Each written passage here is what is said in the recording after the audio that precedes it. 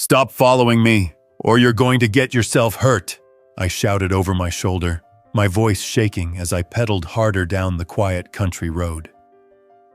The morning air was cool, the sun barely up, mist rising from the dew-damp fields on either side of the cracked asphalt. My bike rattled over a patch of gravel, and when I risked a glance back, there it was again. The same scrawny dog, ribs visible beneath dirty fur, paws pounding against the ground like it had been born to chase me. This had been happening every morning for a week now, ever since I'd started taking this route to work. At first, I thought it was coincidence, a stray wandering near the road at the same time I passed by. But the pattern was too precise. Every day, the moment my bicycle's wheels rolled past the old oak tree near Miller's Creek, the dog appeared. It wouldn't bark, wouldn't growl, just follow. Its eyes locked on me, like it had chosen me for some unknown reason. My name is Sarah Mitchell. I live on the outskirts of a small town in Kansas, where roads stretch endlessly and the world feels like it's held together by quiet mornings and the occasional whistle of a train in the distance. I work at the local elementary school, about 3 miles away from home. It's a simple routine. Wake up early, make coffee, hop on my bike, and pedal through the open countryside before the day begins. But ever since that stray appeared, my ride has been anything but ordinary. The first day it happened, I didn't think much of it. I noticed movement on the side of the road, glanced down, and saw a thin, tan-colored mutt with ears too big for its head, following me at a careful distance. I assumed it would lose interest once I picked up speed. It didn't. I cycled faster, and so did the dog. I slowed down near the school, figuring it would peel away, but it stayed with me until I reached the parking lot. Only when I leaned my bike against the fence did it stop, standing there panting, tail low but wagging slightly, as if waiting for something. When I went inside, I thought it would leave, but when I came out 8 hours later, the dog was nowhere to be seen. The second day, it happened again. Same dog, same spot, same routine. By the third day, I started to wonder if it was living near that oak tree, surviving off scraps or unlucky field mice. Each morning, it waited for me. I could almost imagine it recognizing the faint whir of my bike tires before I even came into view. I began to notice more details. The way its coat was matted with dirt, the slight limp in its left hind leg, the scars around its neck like maybe it had once worn a collar that had been too tight or left on too long. I couldn't shake the thought that this wasn't just any stray. This was a dog that had once belonged to someone, a dog that had known love before it had been abandoned. That morning, when I yelled back at it, I wasn't really angry. I was scared. Scared that one day it would get too close to my wheels, that a car would come around the bend too fast, that it would meet the wrong kind of human out here in the middle of nowhere. But even fear couldn't keep my eyes from softening every time I saw it trotting behind me, determined yet cautious, like it had decided I was its only hope. My sister Claire came over that evening. We sat on the porch, sipping lemonade as the sun dipped low, painting the fields in gold. I told her about the dog. "You should probably call animal control," she said, though her voice lacked conviction. "They might take it to a shelter." I frowned, staring out at the dirt road that ran past my house. "Or they might just put it down. You know how full the shelter's been lately." Claire didn't argue. She knew I was right. Stray dogs didn't get happy endings out here. Not often. The next morning, I decided to test something. I left early, just as the first hints of dawn turned the horizon pink. As always, when I reached the oak tree, the dog appeared. This time, instead of speeding up, I slowed my bike to a crawl. The dog hesitated, unsure what to do. Its ears perked up, tail flicking nervously. I put one foot down on the road, steadying myself. "Hey, boy," I called softly. It stopped a few feet away, head tilted. Up close, it was even thinner than I thought, fur tangled and patchy. Its eyes were a deep, soulful brown, filled with something I couldn't quite name. Fear, hope, hunger, all mixed into one. I held out my hand, palm down, and stayed perfectly still. The dog didn't move closer, but it didn't run away either. After a long minute, I sighed and put my foot back on the pedal. As soon as I started moving, it followed again, as if afraid of losing me forever. That day, I couldn't stop thinking about it. While my students recited their alphabet, while I graded math quizzes, while the other teachers chatted over lunch, my mind kept drifting back to the skinny dog running behind my bicycle. I thought of how many miles it had traveled on tired paws just to keep me in sight. I thought of what kind of person could leave a dog like that behind. That evening, I rode home slower than usual, scanning the roadside. I half expected to see it waiting for me, but there was no sign of it. My heart sank a little.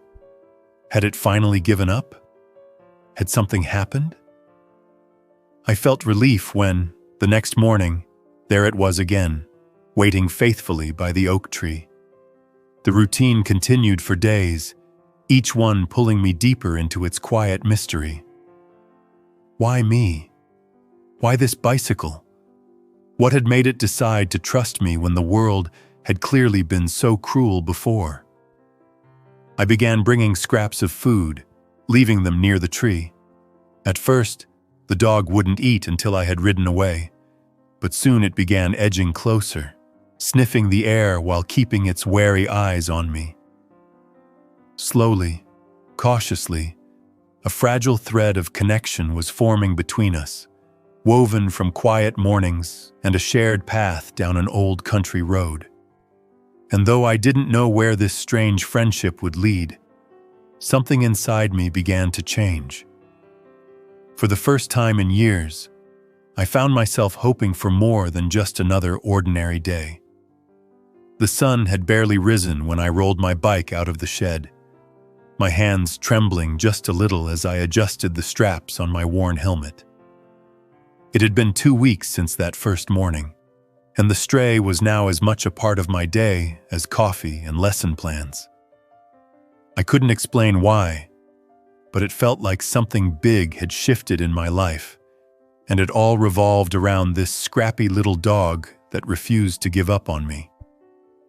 That morning, I decided to try something new. Before leaving the house, I packed a small sandwich bag filled with leftover chicken from dinner.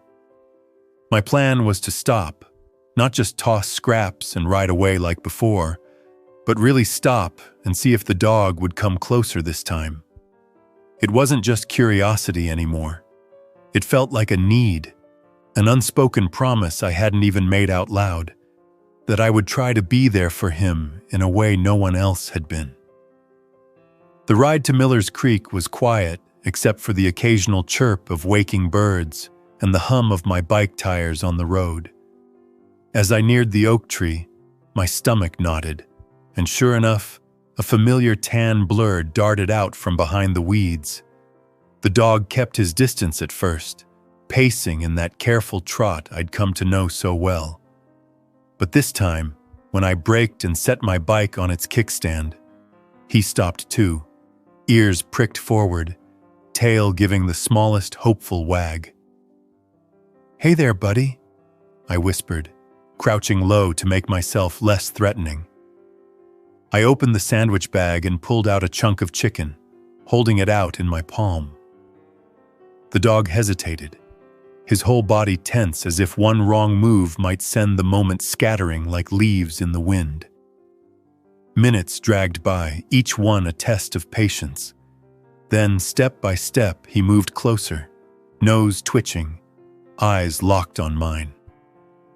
Finally, with a trembling kind of bravery, he leaned forward and took the piece of chicken from my hand before darting back a few feet, chewing quickly as if afraid it might disappear. I felt something break open in my chest, a warmth I hadn't felt in years. "That's it," I murmured softly, offering another piece. This time he didn't retreat quite as far. Progress, however small, felt like a miracle. I glanced at the time and realized I was running late for school. I packed up, whispered goodbye, and pedaled away, my heart oddly light despite the rush. That day, my students noticed I smiled more. Even the principal, usually lost in his own world of reports and meetings, remarked that I seemed in good spirits. They didn't know that a half-starved dog had somehow pulled me out of my own quiet loneliness, giving me something to look forward to beyond the everyday routine. The days passed in a gentle rhythm. Each morning, I stopped for longer. The dog, though still cautious, grew bolder, letting me scratch behind one ear, his tail wagging in hesitant bursts, like it had forgotten how to be happy but was slowly remembering. I learned his quirks, how he tilted his head to the side when I spoke, how he avoided sudden movements, how he refused to let me near his hind leg, where that old limp seemed to bother him. One Saturday, I decided to see if he would follow me past the oak tree, past the safety of his little hiding spot, toward my home. I walked my bike slowly, talking to him the whole way. At first he resisted, staying put like there was an invisible line he couldn't cross. My heart ached at the thought that maybe he was tied to this place by fear or habit. But after several minutes, with a low whine, he trotted after me, closing the distance between us little by little. It took nearly half an hour to get him to my yard. He stayed at the very edge of the driveway, tail tucked, but eyes hopeful. I fetched a bowl of water and some leftover stew meat, setting it down before retreating to the porch. He drank like he hadn't seen fresh water in days, ate slowly, glancing at me between bites. I didn't push him, didn't try to coax him closer. For that first visit, just having him there felt like the most precious gift. From that day on, he started meeting me. Not only by the oak tree, but closer and closer to my house, as if testing the idea that home might not be a dangerous place after all. The whole town began to notice. Mrs. Bennett from next door asked if I had gotten a dog. I shook my head, smiling softly. "Not yet. He's just figuring things out." Every moment with him felt like a quiet victory against whatever darkness had made him astray in the first place. I found myself thinking of names, though I hadn't dared say one aloud. It felt too soon, like naming him meant making a promise I wasn't sure he was ready for. But deep down, I knew this wasn't just a stray anymore. This was a friend who had chosen me, and every day I wanted to prove to him that he hadn't chosen wrong. And so the mornings continued, bike wheels humming, paws padding softly behind, a fragile bond growing stronger with every mile we shared. The next week brought rain, heavy and persistent, turning the dirt roads into slick ribbons of mud. I hesitated that first morning as I stared out the window, wondering if I should drive to school instead of biking. But a tug in my chest told me I couldn't break the unspoken routine. Not now. Not after we'd come this far. I pulled on my raincoat, strapped on my helmet, and set out, the cool drizzle soaking through my sleeves before I'd even made it halfway down the driveway. The countryside was hushed except for the patter of raindrops on leaves and the occasional croak of a frog near the swollen creek. My tires slipped once or twice and I gripped the handlebars tighter, my thoughts on the dog waiting by the oak tree. Sure enough, he was there, fur plastered to his bony frame, tail giving a tentative wag as soon as he saw me. My heart clenched at the sight of him, drenched and shivering but still showing up, still believing in me. I stopped my bike and crouched low, my raincoat hood falling back as I dug a piece of leftover chicken from my bag. "Hey, buddy," I said softly, holding it out. "You really shouldn't be out here in this weather." He crept closer, shaking off water droplets, eyes full of quiet longing. For the first time, he didn't hesitate to take food from my hand, his cold nose brushing my palm as he snatched it up. The tiny touch made something inside me ache in the best way. I knew then I had to do more. It wasn't enough to just feed him scraps and let him follow my bike. He needed warmth, shelter, safety, something he hadn't had in a long time. By the end of the school day, I had made up my mind. I stopped at the feed store on my way home and bought a small bag of dry dog food, a cheap plastic bowl, and an old blanket from the clearance bin. The cashier, a kindly older man named Earl, gave me a knowing smile.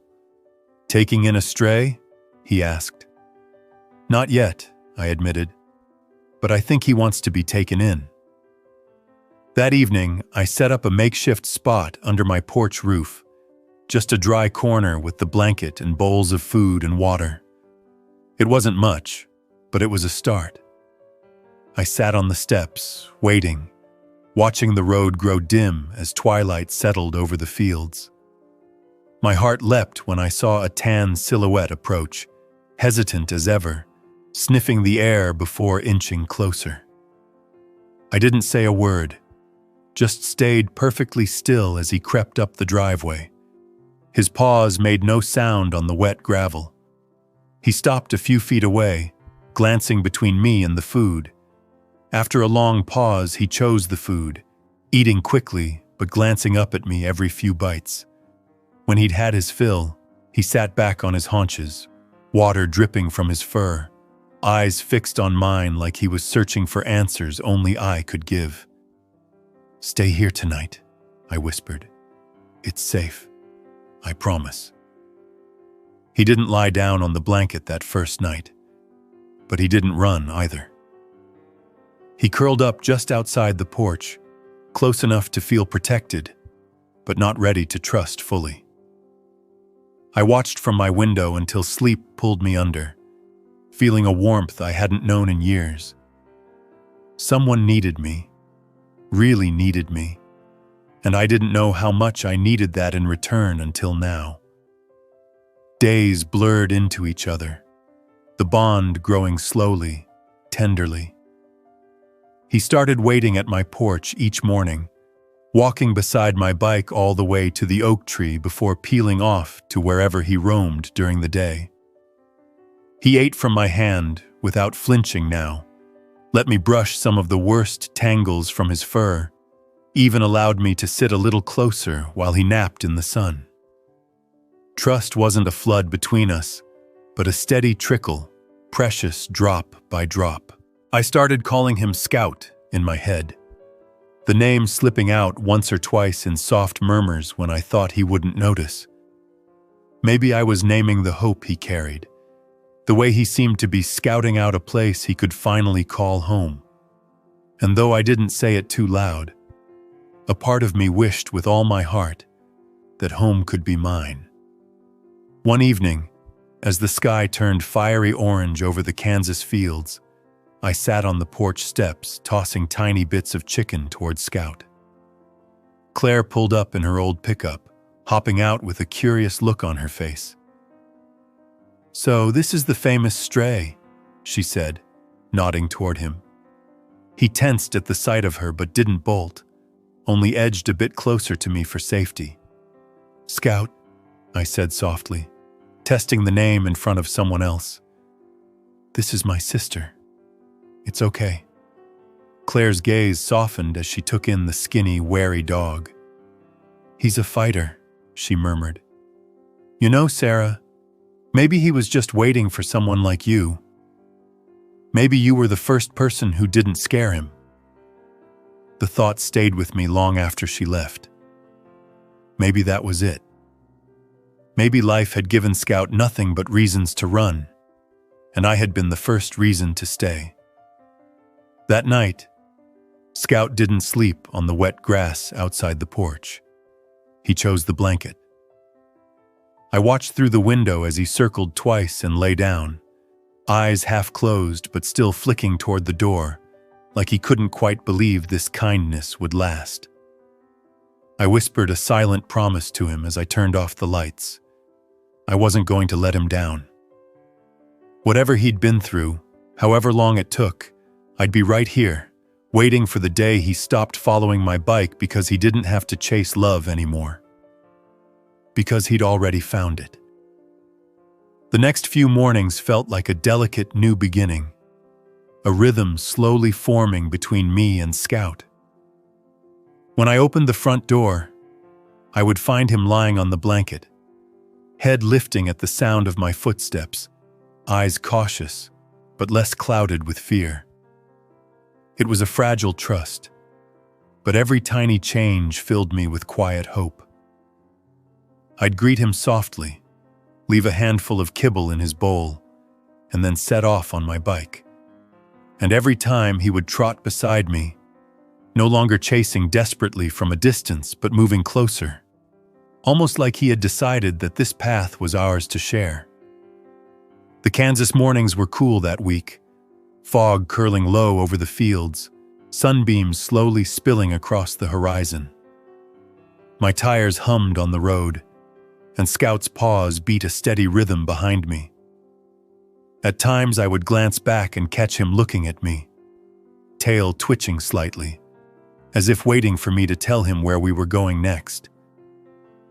It wasn't a leash or a command holding us together, just an unspoken connection neither of us wanted to break. One particular morning, as we neared the oak tree, Scout surprised me. Instead of peeling off and disappearing into the fields like he always did before school, he hesitated. I slowed my bike, watching him pace in a small circle, uncertain. I held my breath, wondering if this would be the day he dared to follow me all the way to the schoolyard. But at the last second, he stopped, looking after me with a soft whine before turning back the way he'd come.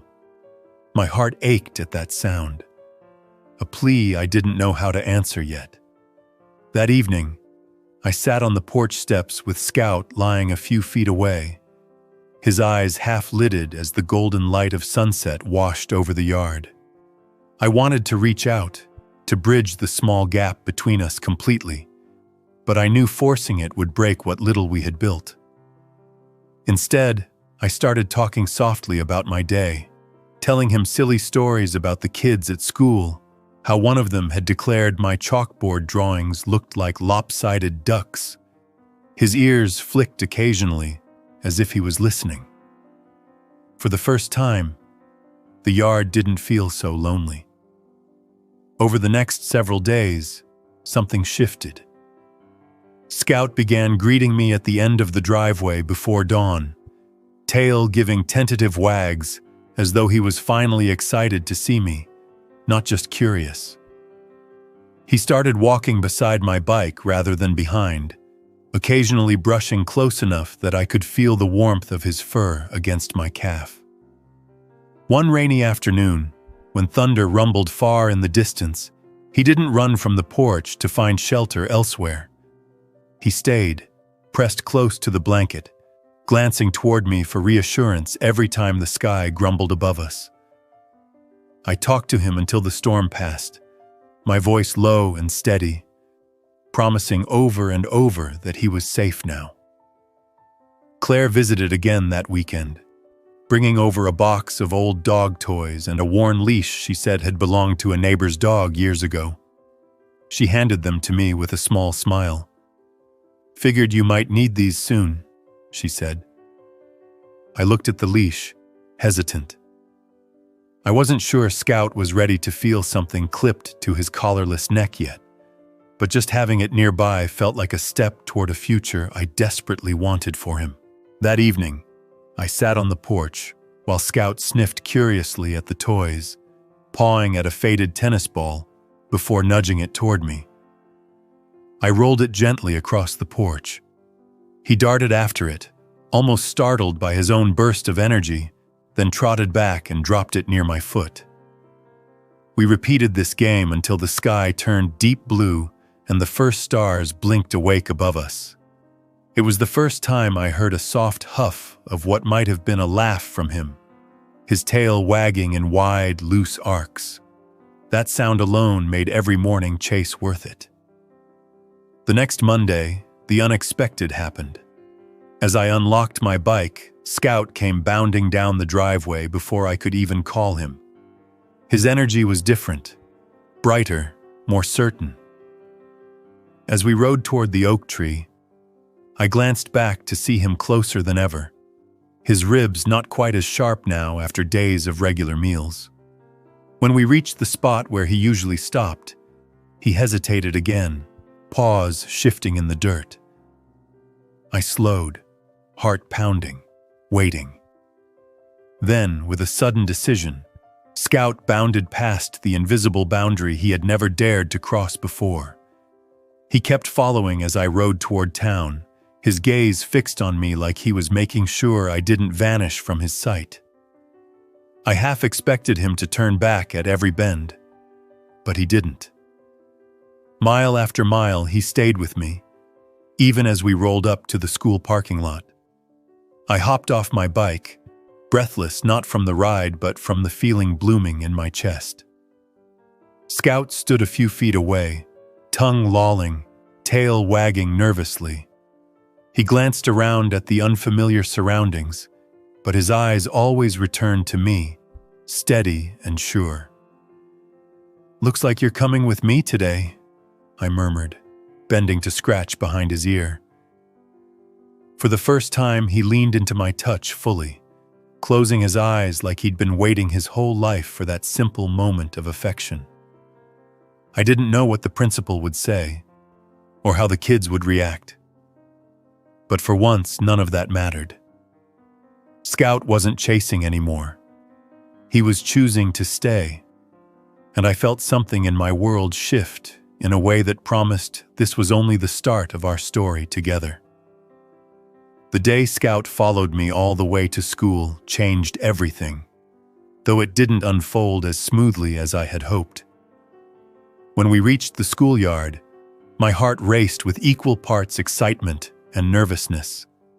The students were still arriving, and a few noticed Scout immediately, gasping and pointing at the skinny tan dog standing near my bike.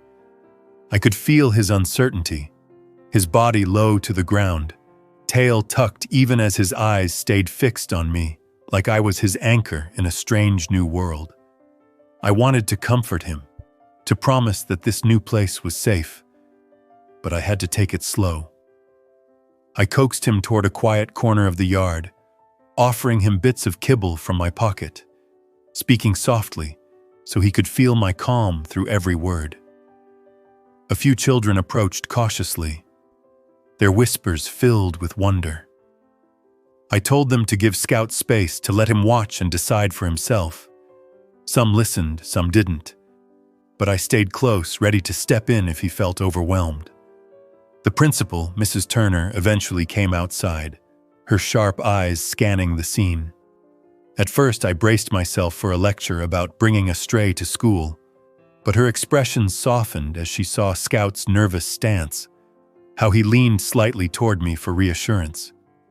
"We'll make it work for today," she said quietly, her tone more understanding than I expected. "Just keep him away from the main play area." The morning went by slowly as Scout settled into his corner near my classroom window. I checked on him between lessons, refilling a small bowl of water I had brought from home.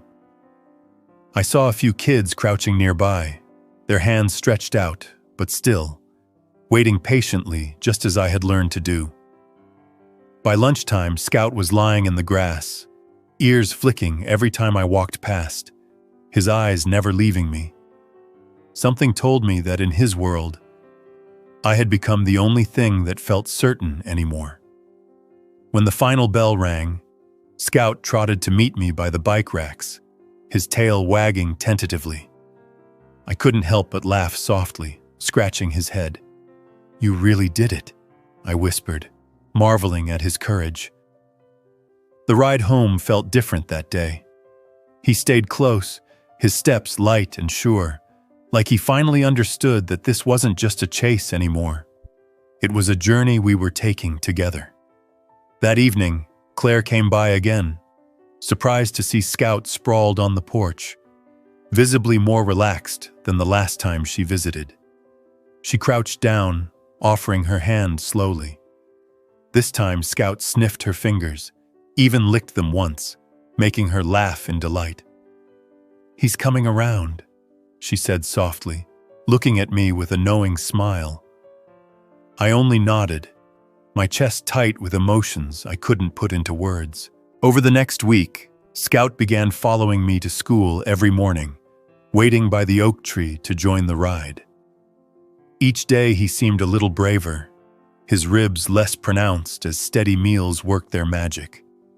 Soon he started meeting my gaze more often, his eyes brighter, filled with something I had longed to see since that first morning: trust.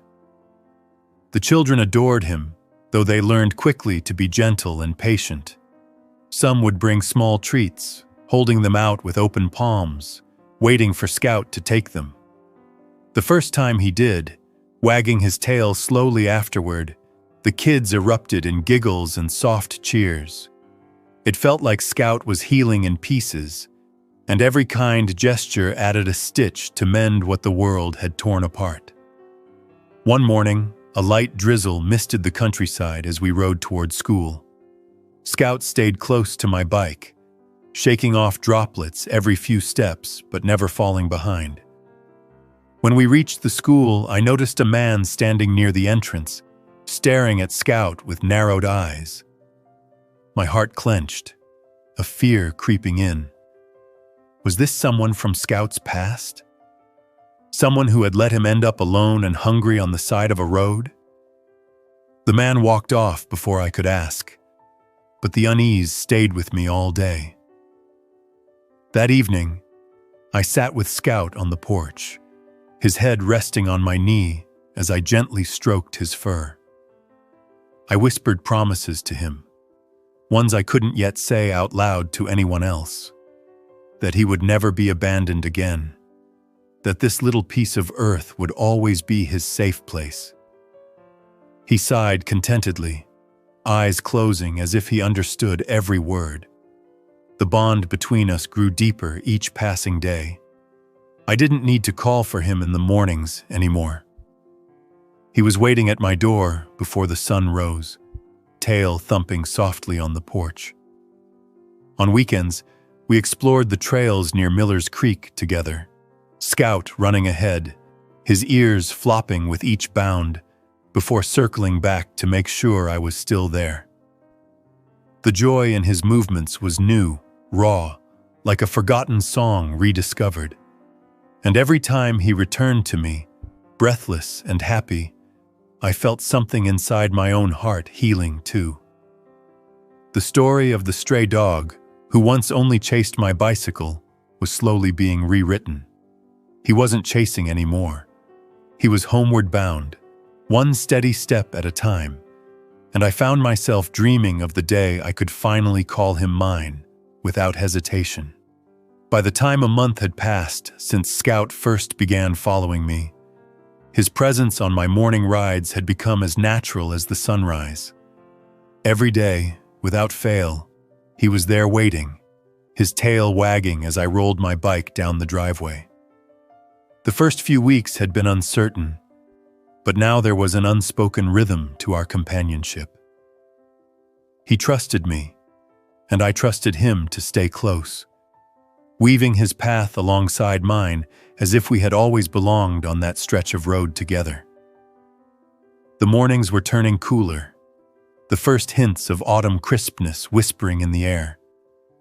I noticed how Scout's coat was starting to regain a healthy sheen, though scars still marked parts of his skin like memories he couldn't quite shed. I fed him hearty meals every day now, buying extra dog food and cooking bits of chicken to mix in. Each time he finished eating, he would look up at me with those deep brown eyes, quiet gratitude shining there without a single sound. It was a Saturday when I decided to take a different route, a longer path that wound through the woods near the edge of town. I wanted to see how he would handle new terrain, to give him space to explore outside of the usual road to school. As I mounted my bike, he trotted forward eagerly, ready for whatever adventure the day promised. The trail was damp from rain the night before, leaves sticking to our shoes and paws as we moved. Every few minutes, Scout would dart ahead to investigate a fallen branch or a squirrel darting up a tree, but he never stayed far, always circling back to me like a tether connected us. Halfway through the trail, we reached a small clearing with a pond, its surface glassy and still. I parked my bike and sat on a flat rock, tossing small pebbles into the water while Scout sniffed the air, tail wagging lazily. Eventually, he padded over and laid his head in my lap, and for a long time we just sat there in silence, the only sounds the rustle of leaves and distant bird calls. It struck me then how far we had come from that first morning of desperate chasing. This wasn't about following anymore. It was about choosing to stay. That afternoon, Claire came over, curious about how things were going. She brought an old blanket and a second-hand dog bed she had found, saying Scout deserved somewhere soft to sleep besides the porch boards. We set it up in the corner of my living room, and when Scout hesitantly stepped inside and curled up on it, I felt a lump form in my throat.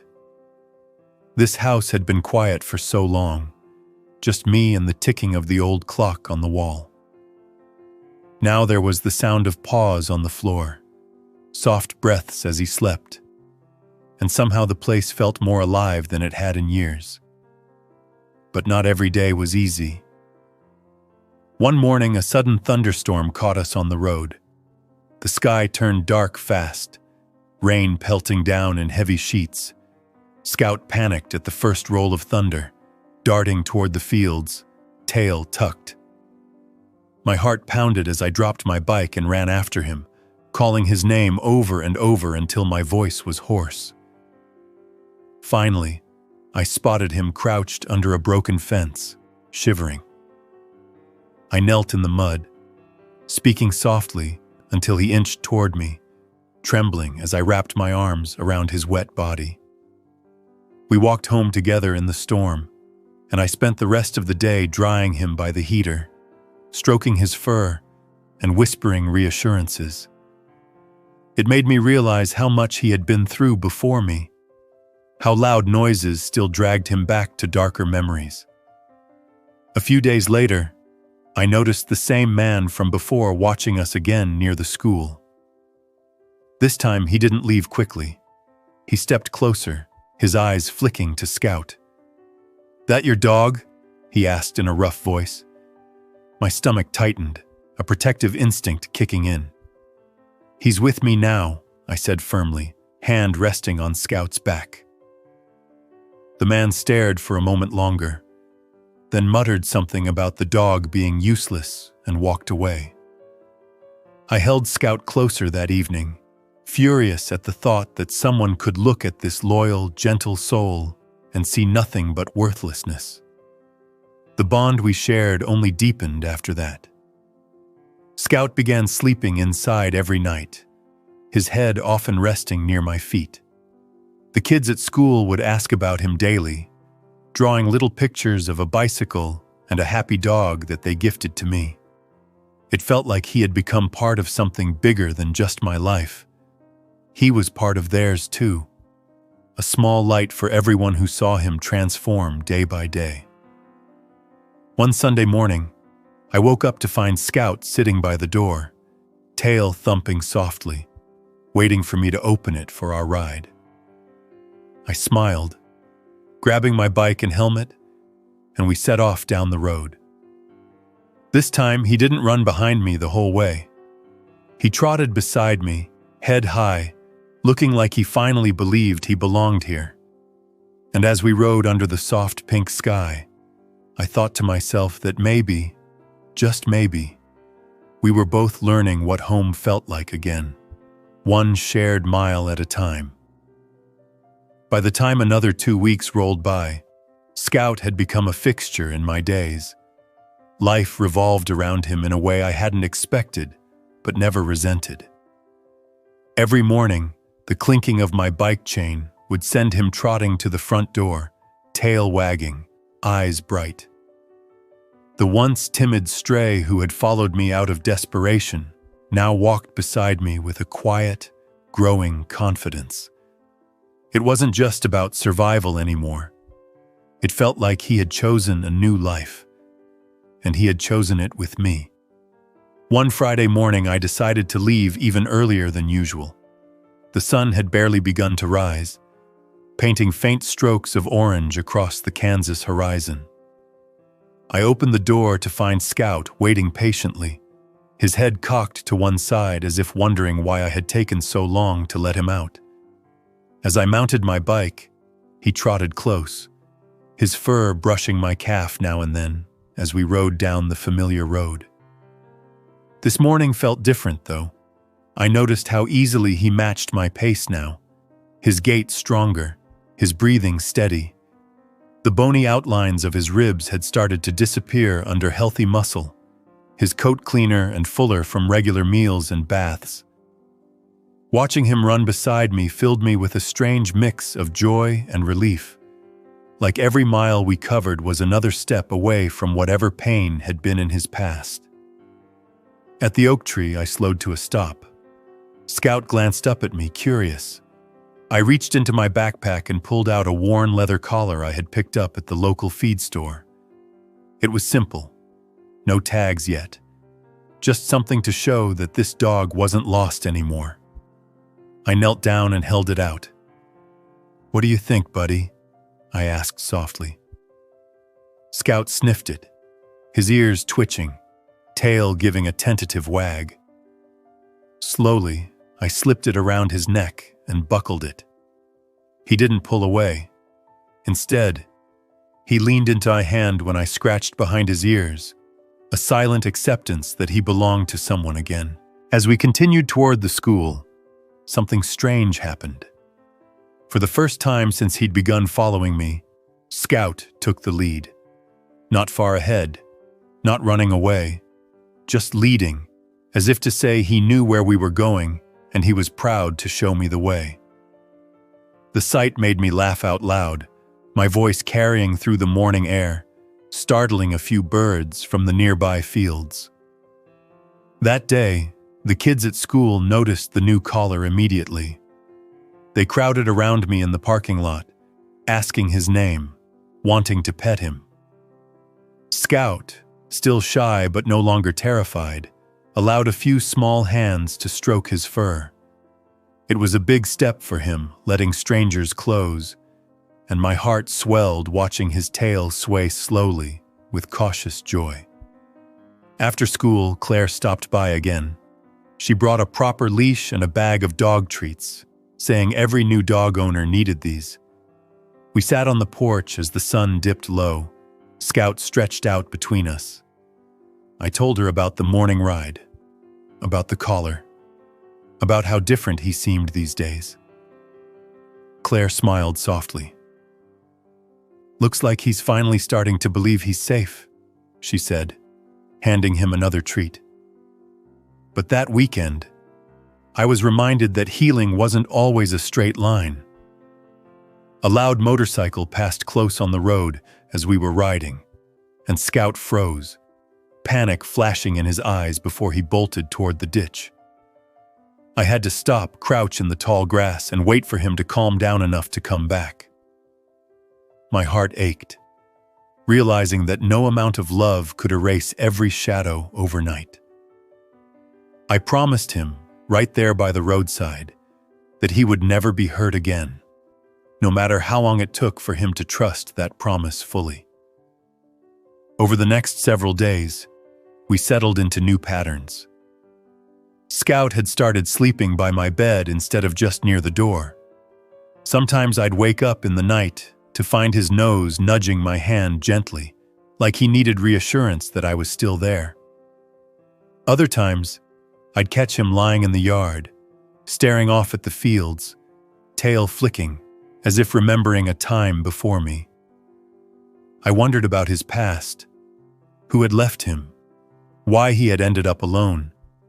And though the questions lingered, I decided it didn't matter as much as what we were building now.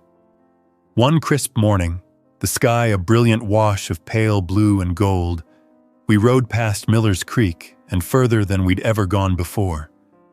Scout stayed beside me, not chasing, not lagging, just matching my speed with effortless grace. There was no fear in his eyes anymore, no desperate glances to make sure I wouldn't disappear. He seemed to know that wherever this bike went, I would always wait for him. And for the first time, as the wind whipped past us and the fields stretched endlessly around, I felt like both of us had finally stopped running from something and started running towards something better. The days kept rolling on, each one pulling me and Scout closer into a rhythm that felt like it had always been waiting for us. There were still moments when I caught glimpses of his old life clinging to him like shadows, flinches at sudden noises, restless pacing at night when the wind howled against the windows. But more and more he carried himself with the quiet confidence of a dog who finally had someone to belong to. One early morning, I decided we'd try something new. Instead of taking the usual route toward school, I veered left, down a long gravel road that led past open fields and ended near the edge of a small lake. Scout trotted beside me eagerly, his ears perked, tail sweeping wide arcs behind him. It felt like an adventure for both of us, escaping our usual path and seeing what waited just beyond the horizon. We reached the lake as the sun broke over the water, turning it into a sheet of gold. I dismounted, leaned my bike against a weathered fence post, and let Scout roam free. He sniffed every rock, pawed at the damp soil near the bank, and barked once. A sharp, joyous sound I'd never heard from him before. My chest tightened, realizing this was probably the first real play he'd allowed himself in who knows how long. I tossed a stick toward the water, curious if he'd chase it. He hesitated at first, looking back at me as if unsure, then bounded after it with surprising speed, splashing into the shallows. When he came trotting back, tail high and eyes bright, I swore it was the happiest I'd ever seen him. We repeated this again and again until his legs were coated in mud and he flopped down beside me, panting with a dog's version of a grin plastered on his face. That moment etched itself in my mind, a reminder of how far he'd come from the timid stray that once followed my bicycle out of desperation. On our ride home later that morning, a car slowed beside us. It was Mrs. Henderson, an elderly woman from town who'd been known to take in strays over the years. She rolled down her window and smiled warmly. "That's a fine-looking boy you've got there now, Sarah," she said. "Didn't think I'd see the day that poor thing trusted anyone again." I blinked, surprised. "You've seen him before?" "Oh yes," Mrs. Henderson replied, her expression softening. "Used to wander near the feed store. Skittish as could be. Folks said someone dumped him out near the highway months back. Been on his own ever since." She gave me a knowing nod. "Looks like he finally found where he belongs." Her words stayed with me all day. That evening, Scout curled up beside my chair on the porch, as the sun dipped low, and I reached down to stroke his now smooth fur. "You were waiting for someone, weren't you?" I whispered. "All this time you just wanted someone to notice." His only answer was a soft sigh as he pressed his head closer to my leg. The next week brought new challenges. Scout had started following me everywhere, even inside the school grounds before class. While the kids adored him, it wasn't safe to have a dog roaming near buses and cars. I had to teach him boundaries, something neither of us had much experience with. Using the leash Claire had given me, I started walking him around the school's edge each morning, rewarding him when he stayed close but didn't dart toward the parking lot. It was a slow process, filled with trial and error, but Scout learned quickly, eager to please now that he had someone to guide him. One afternoon, a storm rolled in as we rode home. The wind whipped across the open fields, rain slicing sideways. Scout stayed right by my wheel, his ears flat, his body tense with the unfamiliar noise of thunder cracking overhead. We made it home soaked through, and for the first time, Scout climbed onto the couch without waiting for permission, trembling until I wrapped him in an old blanket. I held him close, murmuring soft reassurances while rain pattered on the roof, promising that storms were nothing to fear anymore. Over time, the fear faded. The next time thunder came, Scout didn't bolt or shake as much. It amazed me watching him shed layers of fear bit by bit, as if every mile we rode together stripped away another memory of loneliness. One Saturday morning, I woke to find Scout standing by the bike, tail wagging insistently, as if to tell me it was time for our ride. We went farther than ever before, past stretches of sun-drenched farmland, through the sleepy outskirts of town, and down quiet paths lined with wildflowers. Everywhere we went, people noticed him. A little boy waved from his yard, calling, "Nice dog, lady." An old farmer tipped his hat as Scout trotted proudly beside my bike, no longer the frightened stray, but a companion who finally understood what it meant to be loved. By the time we returned home, tired but happy, I realized something important. Somewhere along the way, this wasn't just about saving a dog anymore. Scout had been saving me too, filling empty spaces I hadn't even known were there, reminding me what hope looked like when it trotted beside you on 4 muddy paws, keeping pace no matter where life's road took you. The following week began with sunlight streaming through my curtains, and Scout already sitting by the bike, his eyes bright and tail thumping softly on the wooden floor. I smiled sleepily, realizing that what had once been a desperate chase down an empty country road had turned into an unspoken agreement between us. This was our time now, these early hours before the world stirred fully awake. We were no longer strangers on parallel paths, but two souls who had somehow found each other against the odds. That morning, I decided to take him somewhere new. We headed toward a stretch of open farmland where the road dipped low, passing through tall grasses and wild sunflowers that swayed lazily in the breeze. Scout trotted alongside the bike, his ears flicking at every rustle and chirp around us. There was a freedom in the way he moved now, no longer darting glances over his shoulder, no longer expecting someone to hurt him or chase him away. It was as if the weight of all those lonely days had begun to lift with every ride we shared. We came across an old barn, paint peeling, but still standing proud among the fields. I stopped to catch my breath, leaning my bike against a fence post while Scout explored. He bounded through tufts of grass, sniffed at a fallen wagon wheel, and came trotting back with a piece of rope clutched triumphantly in his mouth, as if it were treasure. I laughed, tossing it for him to fetch, and we spent the better part of an hour there, just being. No rush, no destination. Only the quiet rhythm of a growing friendship that needed no words to be understood. When we finally rode back toward town, a pickup truck slowed beside us. It was Tom Miller, a local farmer who occasionally supplied vegetables to the school. He leaned out the window and called, "That dog yours now, Sarah?" There was an easy smile on his face, the kind small-town folks shared when they already knew the answer, but liked to hear it said aloud. I glanced at Scout running happily by my side and felt a warmth in my chest. "Yeah," I said softly, more to myself than to Tom. "Yeah, I guess he is." Tom chuckled, gave me a friendly wave, and drove on, leaving a trail of dust in his wake.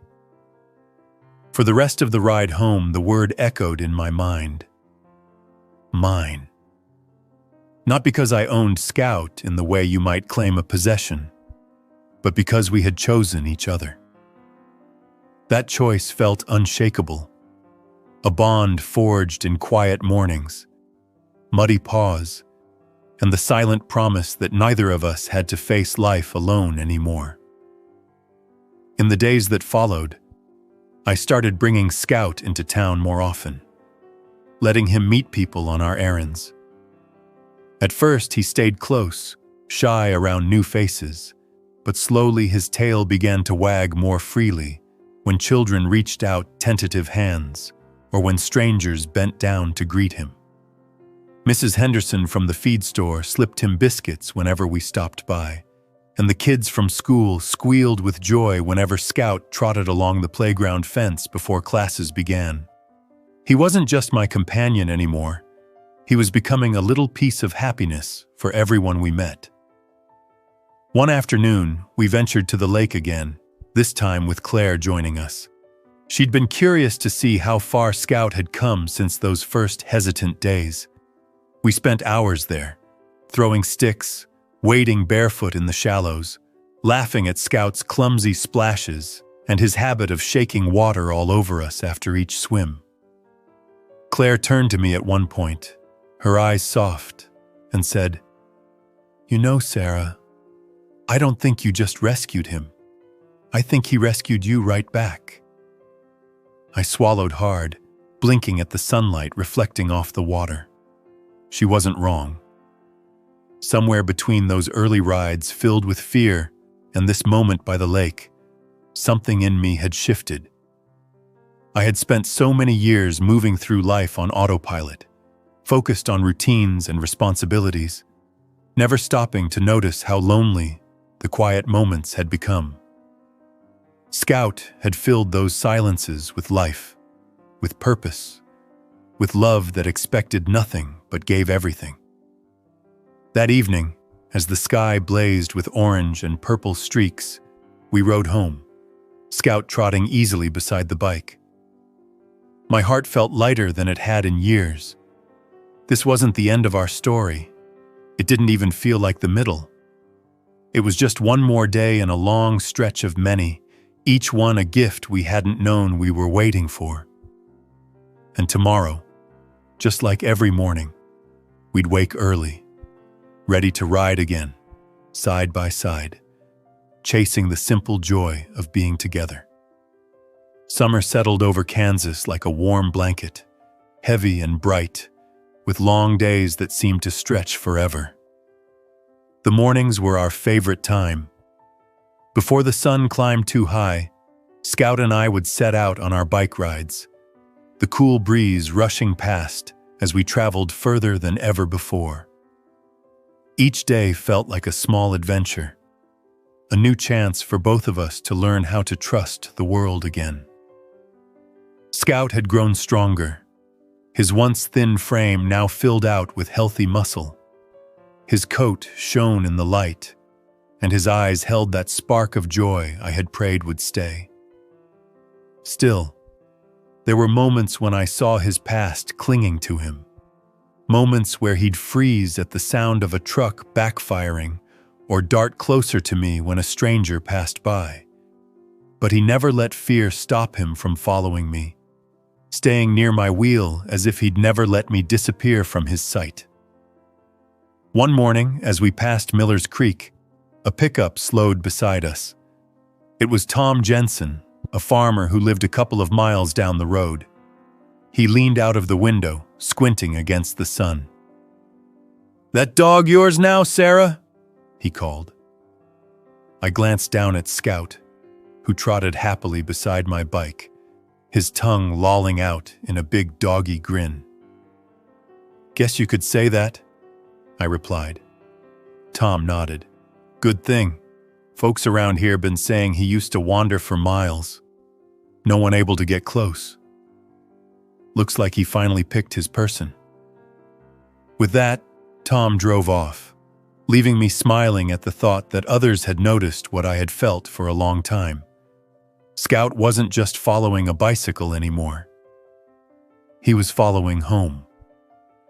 Later that week, I decided to test something new. Instead of leading the way, I let Scout take the front on a quiet dirt road that wound through tall fields of corn. At first, he kept looking back at me nervously, unsure he was allowed to lead. But after some encouragement, he trotted ahead, ears perked and tail high, guiding us toward wherever his nose told him to go. It felt like a gift, watching him take charge, knowing this was a dog who once didn't dare get too close to anyone. And that evening, Claire came by with a box of old toys her kids no longer used. We spread them out on the porch, rubber balls, worn ropes, even a squeaky bone missing one ear. Scout's eyes lit up like he'd just discovered a treasure chest. He picked up each toy carefully, tail wagging, as though trying to understand that all of this was his, that no one would take it away. When he finally settled with a faded red ball between his paws, I felt a lump in my throat. How many days had he spent wondering if he was allowed to have anything of his own? The days kept coming, filled with small but important firsts. The first time Scout chased butterflies through the yard without glancing back in fear. The first time he fell asleep on his back, paws in the air, completely safe. The first time he nudged my hand during a quiet evening, asking for affection, instead of just waiting for it to be offered. Each one a reminder of what love and patience can build. One afternoon, while sitting on the porch with Scout's head resting on my knee, a thought settled in my mind, like it had been waiting there all along. I'd been telling people Scout chose me, but maybe it wasn't just him making the choice. Maybe I had been waiting just as much as he had, waiting for someone who would remind me every day that hope was still worth chasing, even down an endless country road. And every time we rode together, his paws thudding beside my wheels, I knew that this journey wasn't anywhere close to over. There were more roads ahead, more sunrises to see, and more moments waiting for us that neither of us could have imagined when this all began by that old oak tree. The late summer heat rolled in heavy, and the mornings that had once been cool and breezy now carried a sticky warmth that clung to our skin and Scout's fur. Even so, our rides didn't stop. If anything, they became more frequent, more necessary. Scout waited at the door each dawn, tail wagging, eager to get out into the world and see what lay beyond the familiar paths we'd already explored.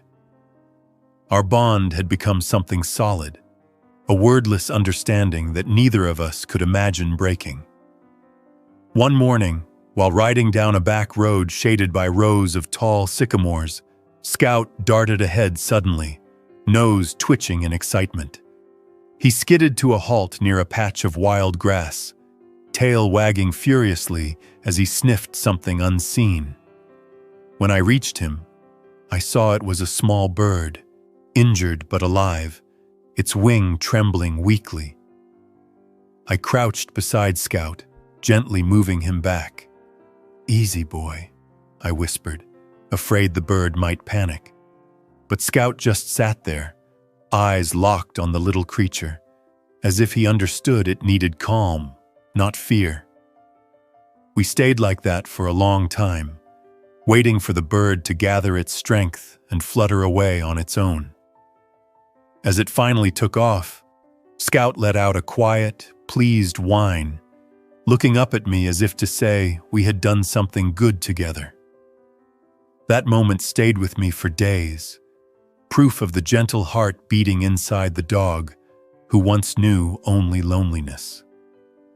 The following week, I took Scout into town more often, letting him experience the bustle of life beyond our quiet country road. At first, he was uncertain. The sounds of car doors slamming, kids laughing, and bikes whirring by made him tense.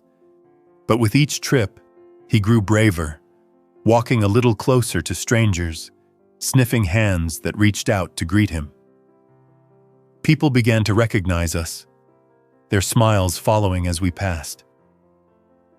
"There goes that sweet stray and his girl," I overheard someone say once. I didn't correct them. Maybe that's exactly who we were now, a pair who had saved each other. One evening after a long ride under a streaked orange sunset, Scout trotted over to the bicycle and nudged it with his nose before sitting expectantly. I laughed, realizing he was telling me he wanted more, that he craved this freedom, this shared journey, just as much as I did. So we set out again, this time with no destination in mind, letting the road take us wherever it wanted. We ended up by the old abandoned barn at the edge of town. The place had been empty for years, but that night it felt magical. Fireflies lit up the tall grass, and Scout bounded through them, barking softly, chasing the tiny lights that blinked in the warm air. I stood there watching, my heart swelling with a quiet kind of happiness I hadn't felt in years. Day by day, our routine settled into something bigger than routine. It became a promise of love, of safety, of adventures waiting just beyond the next bend. Scout had learned to trust, but maybe the bigger change was in me. He had taught me to slow down, to notice small joys, to believe that broken things could heal with time and care. Every time he looked up at me, tongue lolling, eyes bright, I knew we were both still learning what home meant, and that the road ahead would only give us more reasons to keep riding side by side, never letting go of the miracle that had brought us together by that bicycle months ago. As autumn crept closer, the mornings turned crisp, the kind that made my breath visible in tiny clouds while Scout trotted at my side. Our rides had stretched longer than ever before, sometimes lasting hours as we explored new roads that twisted through quiet woods and over low hills. Scout was stronger now, his once thin frame filling out with health and energy. Watching him run ahead, ears flopping and tail high, filled me with a sense of wonder every single day, as if I was witnessing a miracle in motion. One particular morning, I decided to take a route that led us through the heart of town and out toward an old orchard I hadn't visited since I was a kid. The trees were just starting to turn, a hint of red and gold in their leaves. Scout seemed to sense the change in the air, darting from one side of the path to the other, nose twitching as if he wanted to take in every new smell. A few people waved as we passed, and a group of kids riding their bikes called out greetings to Scout, who barked back as if to say hello. When we reached the orchard, I leaned my bike against a fence post and let Scout roam. He bounded between the trees, chasing falling leaves and pausing to sniff at fallen apples, his joy so contagious that I couldn't help but laugh out loud. We spent what felt like hours there, basking in the warm glow of late morning sun, sharing a simple, quiet happiness that needed no words. On the way home, a light drizzle began to fall, and instead of racing to escape it, Scout slowed his pace, tilting his head up as raindrops landed on his fur. It was as though he'd learned that not every storm meant fear anymore, that some were just soft showers meant to be enjoyed. I slowed my bike and rode beside him, feeling the rain cool on my skin, and for a long moment, the world felt perfectly right. As the weeks went on, Scout's presence seemed to ripple through the town. Neighbors would ask about him, offer treats, or simply smile when they saw us pass. Once, an older man at the corner store told me, "That dog's got a look about him now, like he knows he's safe." Those words stuck with me. I thought about the first time I'd seen him, ribs showing, eyes wary and hollow, chasing my bike because it was the only thing that hadn't turned him away. Now, months later, he walked proudly beside me, as if he finally understood that his running days were over, that he'd found someone who wasn't going to let go. One evening, Scout padded up to the bicycle, nudged it softly with his nose, and then sat beside it, glancing at me expectantly. We didn't ride that time. Instead, I sat down next to him, leaning my shoulder against the cool metal frame, and we watched the sun set together. The sky blazed orange and pink, and Scout rested his head on my knee, sighing deeply. It felt like we both understood something unspoken, that the road would always be there for us, that the rides would never stop, and that as long as we had each other, there would always be another dawn waiting to greet us with open skies and endless miles ahead. Winter crept in slowly, frosting the edges of every morning and painting the grass with silver until the sun burned it away. Scout and I didn't stop riding, not even on the coldest days. I bundled up in layers, and he trotted happily beside me, breath puffing in clouds, paws kicking up small sprays of frost. The roads were quieter now, many people choosing warmth over the early chill, but Scout and I thrived in it, finding joy in the crunch of frozen leaves and the peaceful hush that seemed to settle over the world. One morning, as we rode past the bakery on Main Street, the smell of fresh bread drifted out, making my stomach growl. Scout stopped suddenly, nose twitching, tail wagging. I laughed and promised we'd stop by on the way home. When we did, Mrs. Allen, the bakery owner, came out with a little bag of scraps just for him. "He's become part of the morning view," she said kindly, patting his head. "I think folks would miss you too if you ever skipped a day."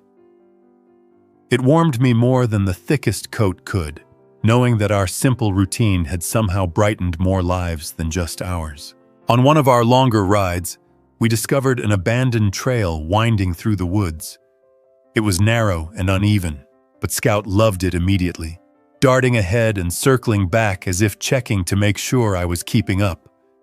We found a small clearing where sunlight filtered through bare branches, turning the air golden.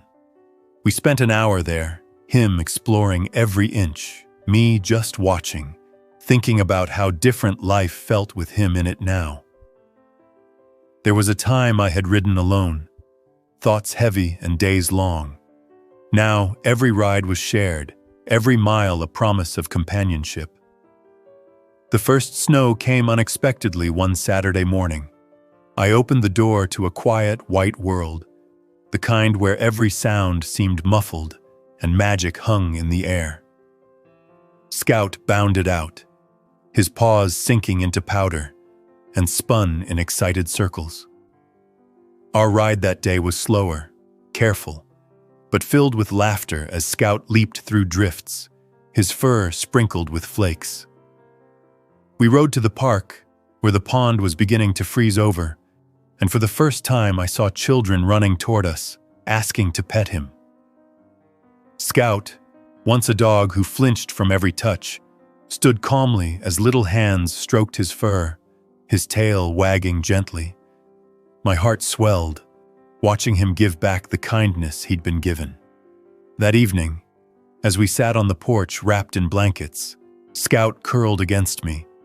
I thought about how far we'd traveled together. Not just on the roads, but through every season, every fear, every step toward trust.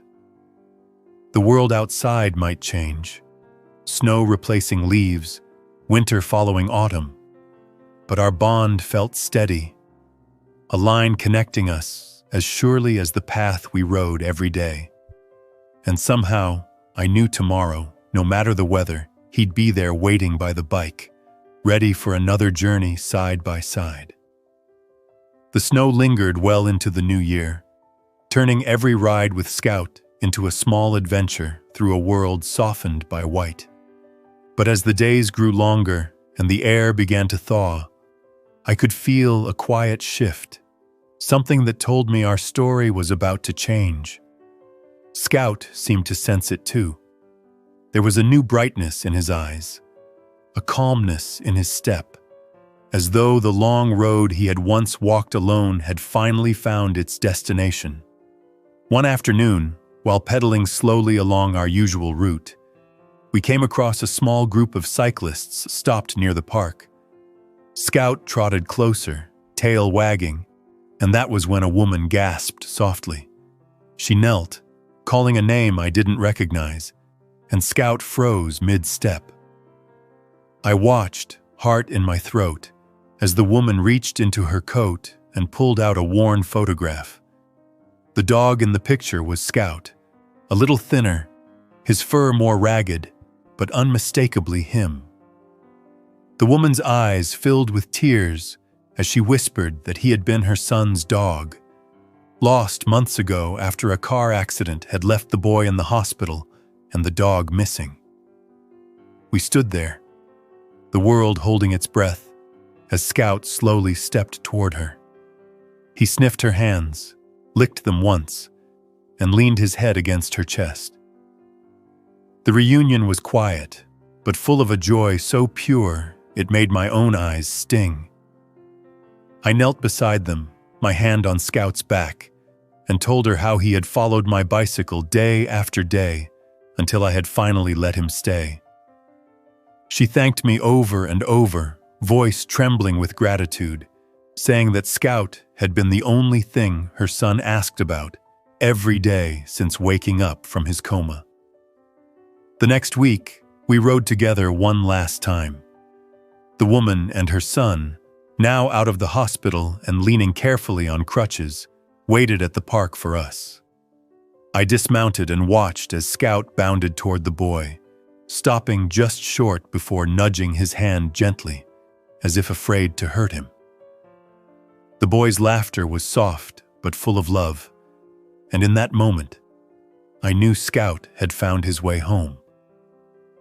We spent hours there, talking, sharing stories, and making sure Scout understood that he wasn't being abandoned again, just finally returning to the family he had lost. When it was time to go, I crouched and hugged Scout tightly, my face buried in his fur, whispering thank you for every mile, every moment, every gift he had given me without knowing it. He pressed his head against my chest one last time before trotting back to the boy's side, tail wagging.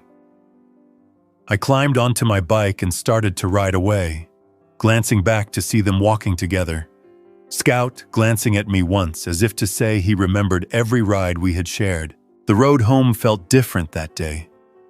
It was quieter, lonelier, but not empty. Scout had followed the same bicycle every day until he finally found where he truly belonged. And though my bike wheels spun alone now, my heart was full, knowing that some journeys are meant to lead you to love and let you give it away when the time is right.